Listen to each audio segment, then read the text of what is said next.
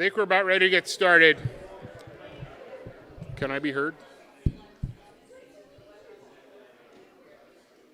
Rabbi? Anybody? Might have to do the volume up a little. Kim Jackman. Kim Jackman, can you hear me? Nope, people in the back can't hear. Huh? Kim Jackman, can you hear me? You're in the back, so I figured if you could hear me, everybody could hear me. All right, I think we're going to get started. Because the sooner we get started, the sooner we can get done.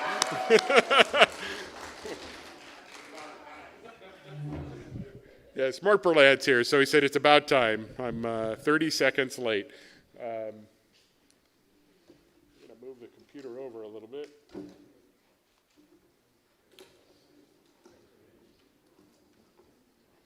So welcome to our 2023 annual meeting. We have an agenda for the day you can see here. We're going to try to go pretty quickly. Hopefully we'll be out of here in right around an hour. We are going to have some time during this process to have a table discussion, and we'll pass out some papers. We're only doing one question. For anybody who was here last year, we tried to do 3, and that was too many. So we're going to stick with a one-pager this year. So to kick us off in our typical tradition, we start with the Devar Torah. So I'd like to introduce David Hyman. Today's his birthday, so everybody say happy birthday, David.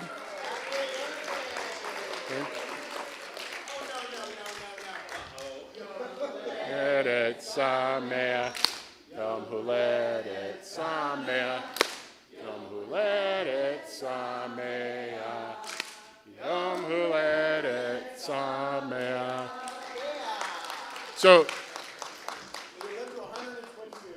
So by way of introduction, all I could say is David and I know each other. We're not close buddies, but we know each other. But I can tell you right now, he is my favorite person in this entire room. Because today, after this meeting, David will become the president of Temple Emanu-El.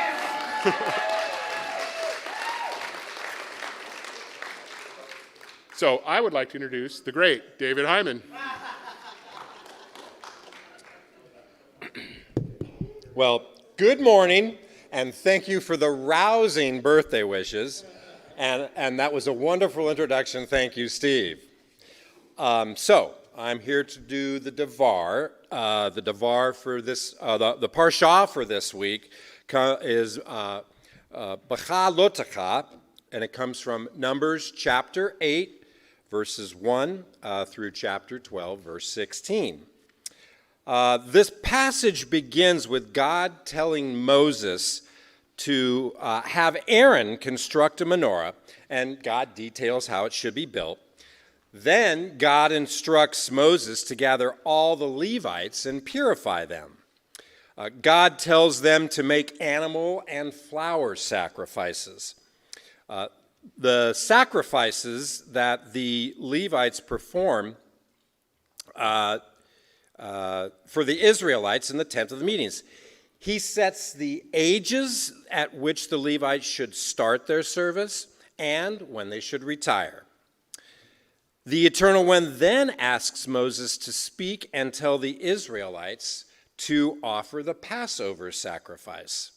The passage goes on to say that a cloud settles over the tabernacle.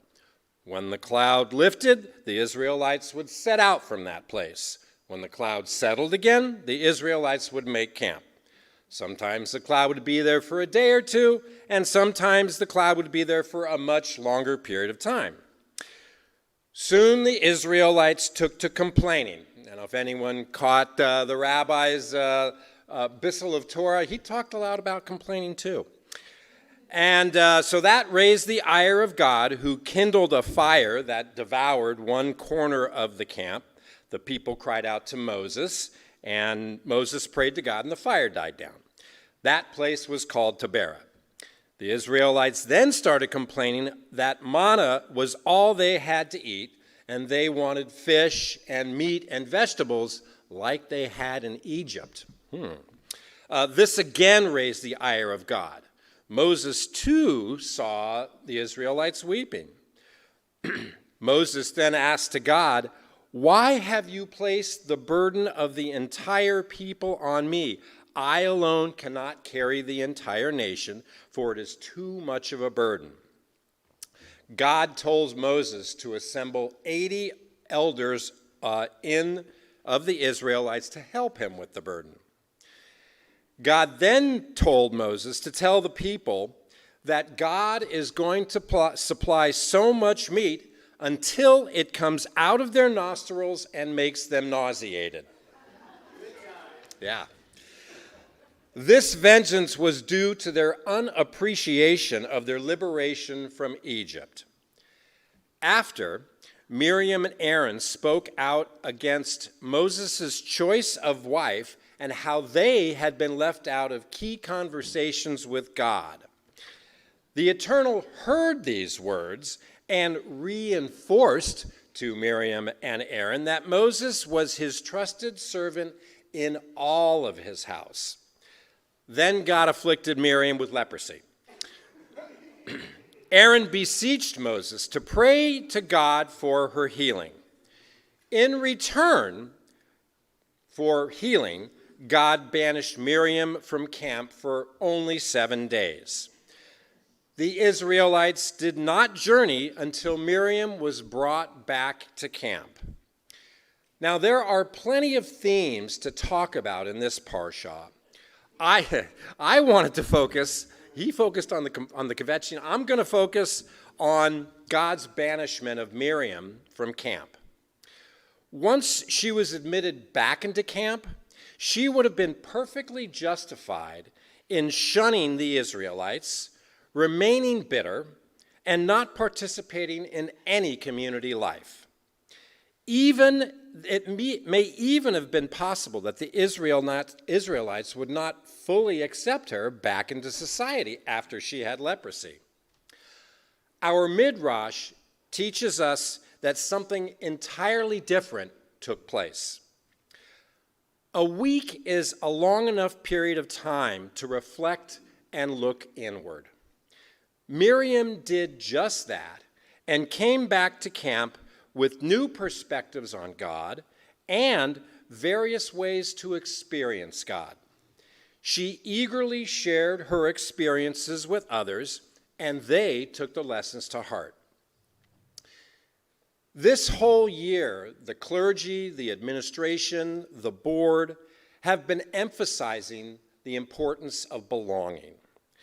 This incident with Miriam is what belonging and community is all about. The sense of belonging in her community was so strong that the community did not journey until she was safely back, welcomed her into the fold, and then benefited from her retelling of her experiences. When there is such a powerful sense of belonging, the entire community benefits. Thank you.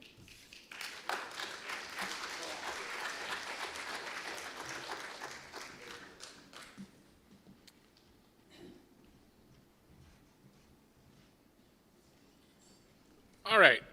Am I going first or you're going first? I'm going first. I've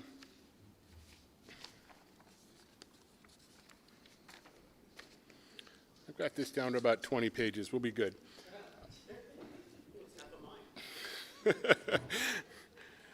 Well, it's been quite a year.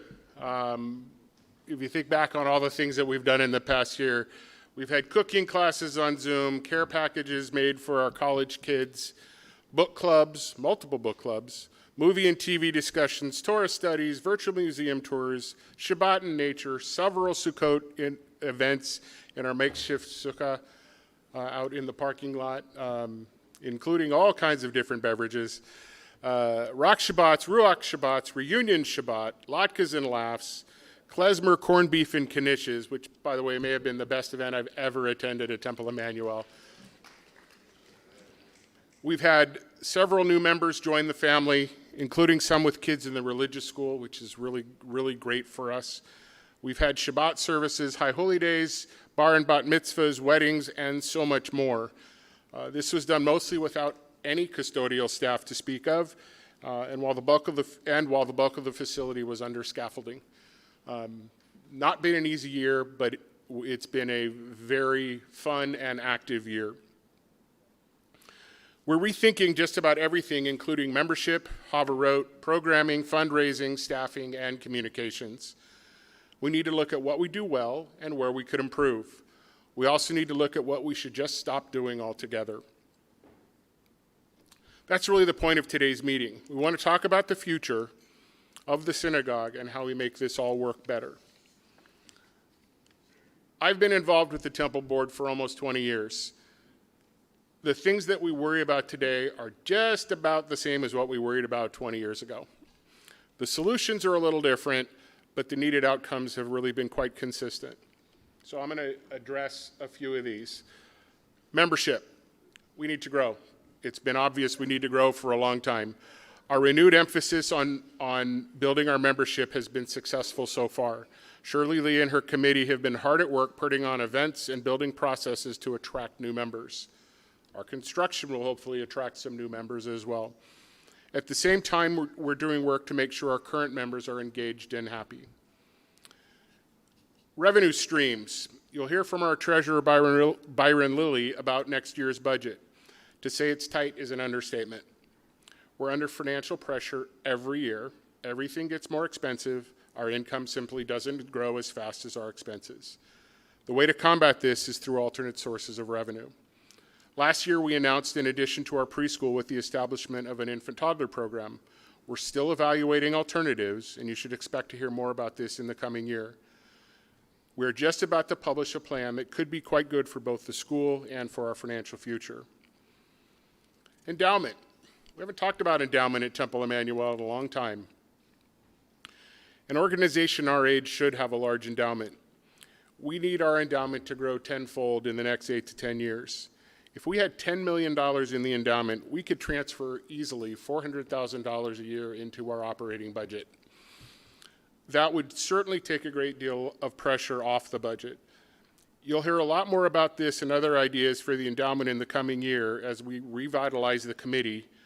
And I'm looking for volunteers because I think Andrew Weinberg and I are going to take on running the endowment process. Yeah, he says that every time I mention that, but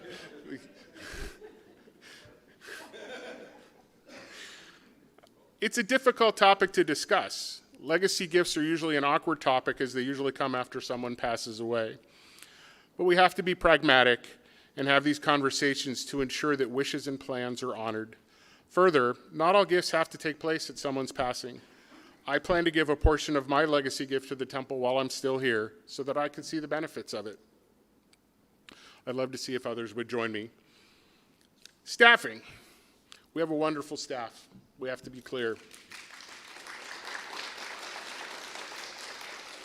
With Stephanie and Oliver and Iris, Barb, Phil, everybody, we do a really nice job, but we really have to be honest with ourselves about what it takes to run a place like this. We've been understaffed for several years. We simply can't continue to provide what we all want and need unless we have the people to make that happen. We need to continue to provide better and different programming for all our congregants while at the same time doing all the things on the religious side of the organization. It takes time and talent to do this. We can't continue to have our tiny staff work crazy hours to do everything. It simply isn't sustainable. Involvement of the whole community is really important. The congregation is doing pretty well. There's a renewed energy coming out of the pandemic. We have a beautiful, almost ready facility. We have new things to offer and continue to grow our programming. But we need involvement from everyone to make this work. Where do we need help? I would say everywhere. Think about what's important to you at Temple and figure out how you can be involved. It doesn't mean you have to chair a committee. It can be as simple as hosting a zigzag event on something that's important to you or interests you. You can help implement something that you see as an opportunity to make our Temple community a better place. In all honesty, it doesn't matter what it is, just get involved. You'll meet some new people, you'll make Temple Emanu-El a better place for all of us. It's easy to sit by and let stuff happen. It's much more rewarding to make it happen. So those are the big topics that I can think of that we need to cover over the next few years. So as I'm sure you're aware, this is my last event as Temple President.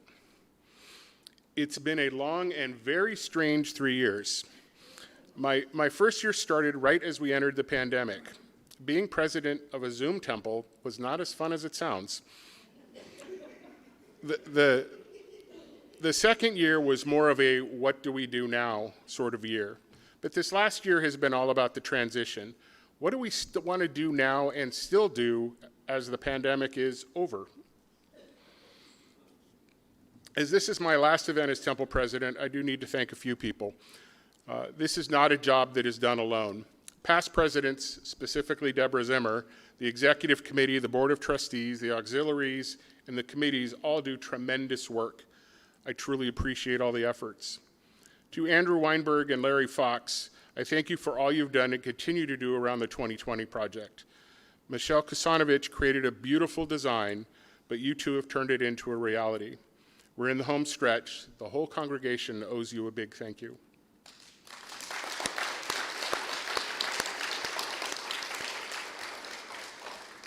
I don't know how any of this works without Stephanie Pollock. Stephanie is the heartbeat of the staff and makes everything work. I shudder to think what we would do without her. When we properly staff the office, she'll have the time to shine even brighter. Rabbi Magat has been a great partner. We certainly didn't agree on everything, but we always came to good conclusions and made decisions in the best interests of everybody. I really feel like we're a solid team and have become good friends. Rabbi and I will continue to work together on some things that are important for the congregation and for the community. This job isn't always easy.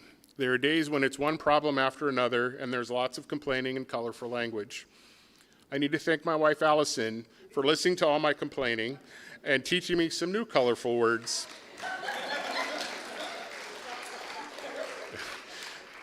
She's also been a great sounding board, and she kicks me in the butt when I need it. Finally, I need to thank all of you. The calls and emails with challenges, suggestions, and the occasional compliment show that you care. Without those, this job wouldn't be as interesting or as rewarding. Several weeks ago, we lost our beloved Laura Danoff Robinson.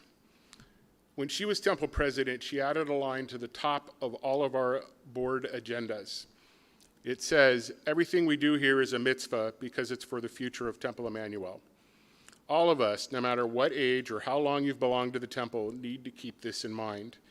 We need Temple Emanu-El for ourselves and our children.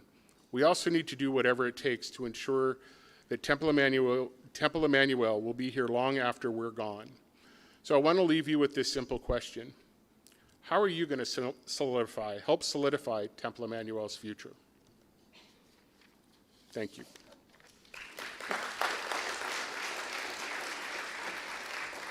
I guess I need to introduce now the great Rabbi Dana Magat.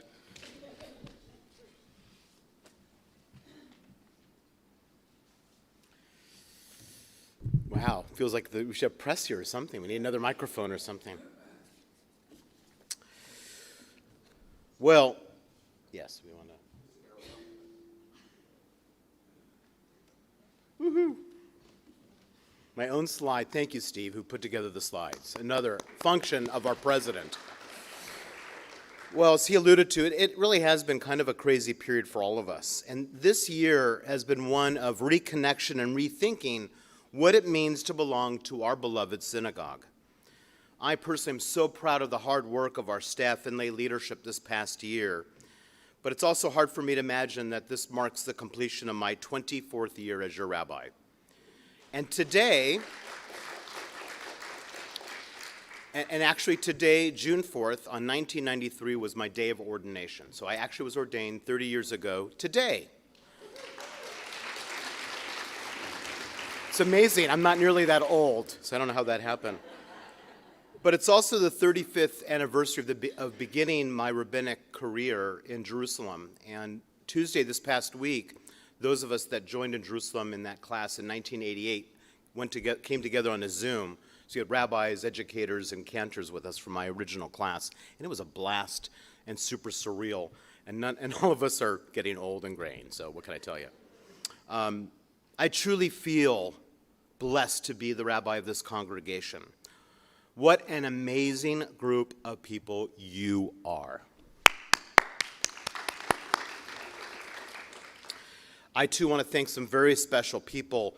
I want to thank Len Schreibstein for adult education, Lana Smith for Zigzag, our 2020 committee of Andrew Weinberg, Larry Fox, Steve Crandell, and our architect, Michelle Kosanovich. I want to thank all of you because every day we come here, there's something new to see. It's just unbelievable. And to watch this, it's really remarkable. When Michelle and I were talking about this a long time ago, we had a lot of ideas floating and such. I never thought that I would see this dream here coming together. And Michelle, you are a wow. Your design is unbelievable. And I just want to thank the crew of guys that are making it happen, though, because without you guys, this would not be happening. So what a team we have here between all of you. Want to thank Sherry Ravel and Faggy Rosen for running our caring committee this year, Brandon Frederick for his fantastic leadership as our ritual chair. Look at him, everyone. He has a bagel and water there. Okay, have a seat. And Rebecca Frederick, who's traveling right now as our Chavarah chair. Want to thank Sharon Jenkin for Tikkun Olam. So appreciate the DEI work as well. And also want to thank Sherry Ravel for all the work she does for our cemetery. Working with Sherry is a sheer pleasure, Sherry. But I want to tell you that I have heard from countless members of this community how perfect you are for the role that you do. And I guess the best thing I could say to you is Wayne Rose would be proud of you, Sherry. You've taken this, you've done a great job, and I love the partnership. I want to thank Richard Rusnak for security and all that he does, and all of his crazy ideas. I love his ideas. And Religious School Committee, I want to thank Jessica Rahm and Preschool Committee Nicole Wagner as well. Well, President Steve Crandell, last time I have to refer to you this way, huh? My bud, you are a true partner, and I so love our relationship. You were the perfect person to be president these last 3 years. Steve, you have a heart of gold. Don't worry, we won't let anyone know. And you do not put up with any nonsense, which I have to tell you I really appreciate. Most importantly, I want to thank you for your belief and trust in me and for your incredible love and devotion to the synagogue. It's unmatched.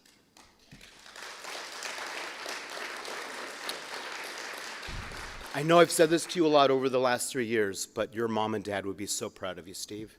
They really would. So, what do you get someone like Steve Crandell? A man who has everything. Well, he doesn't have everything. Stephanie, want to join me, please? So, Steve, come up here for a second.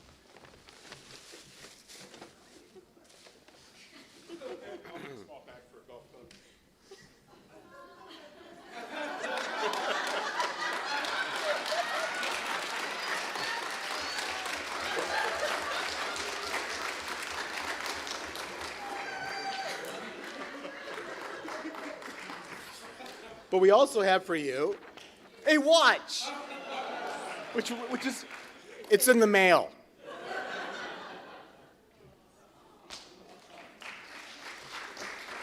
We know you usually work polo, but what can I say?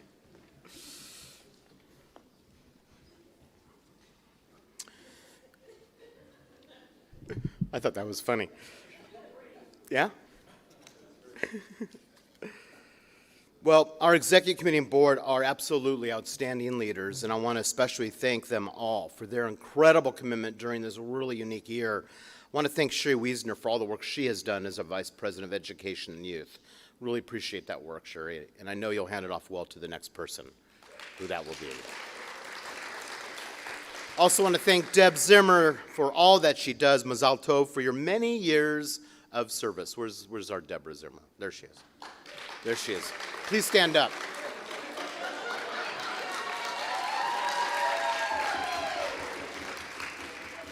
She may be a little excited that she's no longer immediate past president, but you always will be a past president and always involved, I know, because that's who you are. Also want to thank you for all the mikvah work you've done in our community. A few years ago, I created an award named the Sid Rosenberg Award. To remind you, Sid was an incredibly committed person. He was an integral part of our synagogue for decades and decades. He even chanted the Haftarah at the high holidays at 100 years old. Remember that? In honor of Sid, I named this award, and there have only been maybe one or two recipients over the years so far. But this year, we had a congregant who not only took on an incredible role of leadership, but who helped to transform, I think, in so many ways, the way our synagogue does a lot of its stuff. And in honor of that, I would like to call upon Rochelle Vogler as the winner.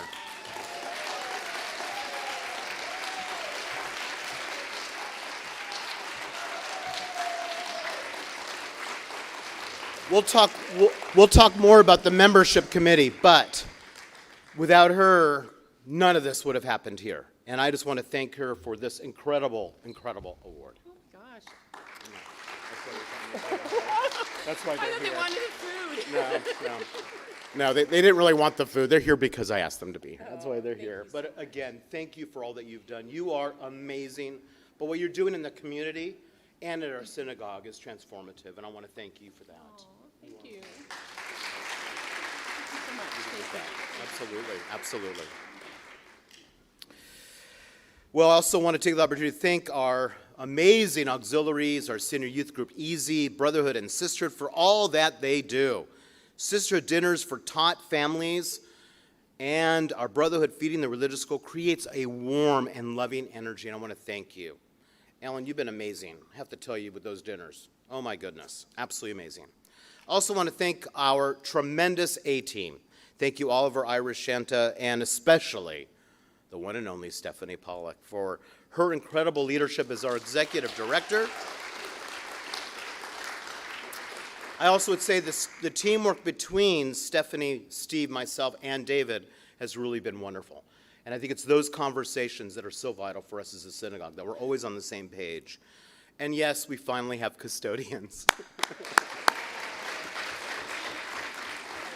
So be very nice to Alfonso and Jose. We want to keep them. Be nice, be nice. Want to have a special thank you to Barbara Smead, the director of our early childhood education program, for her commitment, which is beyond words. I also want to thank her amazing staff, and I especially want to thank Barb for the extra work she's done this year to help us as we try to figure out what we're going to do. Are we going to have this infant toddler center or not? But Barb has been an integral part of that process, and I want to thank her for sitting on that committee especially this year, but also all the extra stuff that you do that no one here has a clue about. But you are amazing, Barb. Phil Hankin's not with us today, but I want to thank Phil Hankin for all that he does. His flexibility is so wonderful, and I really want to thank his assistant, Megan, who is amazing. Megan is amazing. So, Megan Hendrickson. I also want to thank Danny, who was our youth advisor this year as well. Cantor Shafritz. Well, what a year it has been for you. Hold on, let me finish first, Mort. What a year it has been for you. The growth and professionalism abound. The voice, the work with students and adults, your musical knowledge, the way you work with people is simply magnificent. I appreciate your partnership so much, and I really enjoy working with you. But you have blossomed this year in so many ways, and you are a pleasure to have here. We love you so much. Thank you very much.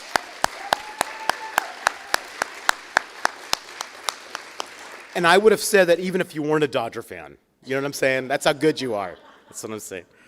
I also want to take this opportunity to thank my wonderful family, my beloved wife, Cheryl, and our amazing children, Shira and Rhea, my son-in-law, Jake, and the joy of my life, my grandsons, Eli and Noah. I'm so proud of my family and the work that Cheryl and Rhea especially do here at Temple Emanu-El. So many things behind the scenes. Thank you. I love you. Well, a great deal has happened this year. My role as your rabbi has been heavily focused on life cycles, counseling, teaching, and community work. Our focus with Silicon Valley Faith Leaders Collaborative will continue as we work with city officials and our community to ensure that everyone is given an opportunity in Silicon Valley. And we're still meeting weekly, that group. I also serve the Jewish community by being a board member of Shalom Bayit and the Silicon Valley Jewish Film Festival. I'm on the executive committee of the Northern California Board of Rabbis. I'm actually creating for them a caring committee that they've never had. And in January, I was elected to the next rung of leadership as treasurer for the Pacific Association of Reform Rabbis Board. So it keeps getting closer and closer to being president there. Oy. Our construction has given us, though, a great opportunity to think about who and what we are as a congregation. This year, our theme has been belonging, and I so appreciate those of you who do not sit by and wait to belong, but rather found your niche, your connecting point, and got involved. I also thank